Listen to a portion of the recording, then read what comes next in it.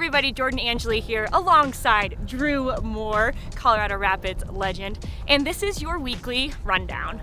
Okay, Drew, the talk around the team this week really starts out with Diego Rubio undergoing surgery. He's going to be out 2 to 5 weeks with this knee surgery, and it's a bummer because he really came into preseason flying after a great season in 2022. For you, when you're looking at this Rapid squad, who can replace a player like Diego Rubio right now? Yeah, Diego's a big miss. I think we're all fortunate that it's not going to be too long, is what it sounds like, which is good, and he should come back strong and ready to go. But you have to look at your other leaders. He's certainly an emotional leader, a locker room leader, but you also have your captain in Jack Price. You have some other voices in a Danny Wilson, a Keegan Rosenberry. Well, you can't replace somebody like Diego. There's some guys that will fill in for his influence and hopefully for his play as well. So the season has kicked off, the team with a difficult result in Seattle on Sunday, but some bright spots were 4 players debuted in the burgundy and blue. I want to read you some stats with Connor Ronan because I was impressed with what I saw from Ronan there in the midfield. He had 90% passing accuracy, 2 key passes, second most touches on the team with 77, and he had 9 crosses. But I think the player I want to throw it to you about is the guy that we were excited about, Darren Yappy. He gets his second start for the Rapids in his short career so far. What did you like about his play? I thought Darren was great. Again, talking about somebody to replace Diego when he's not the number 9, Yappy has that spot right now. He nearly scored 80 seconds into the game after a great move. He nearly scored again in the second half. He provided a great pass to Mikey Barrios, and I thought he was one of our very bright spots in the game in Seattle. Yeah.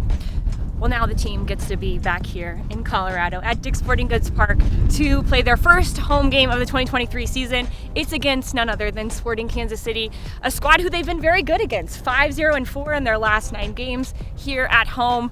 But this is a difficult, I should say, it's kind of a rivalry. Well, what's it like to play in a game against SKC? Yeah, it does feel like a rivalry, and proximity to Kansas City. There's been some big matches against them. Peter Vermes is obviously well known in Colorado, and so he wants to come back and probably end the streak that we have against them at our place. They're a well-organized team. They are a heavy possession team. Yeah. They have some very good players. They have struggled here, and the Rapids need to make sure that they continue to struggle and rebound well after what happened in Seattle. I think they're going to regroup this week, have a good week of training, and be ready to perform in front of the home fans. But it's going to be both teams looking to put last weekend behind them, and it'll be a physical game like it always is against them.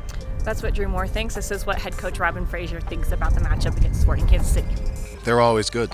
They're always good. Even when they're not good, they're good.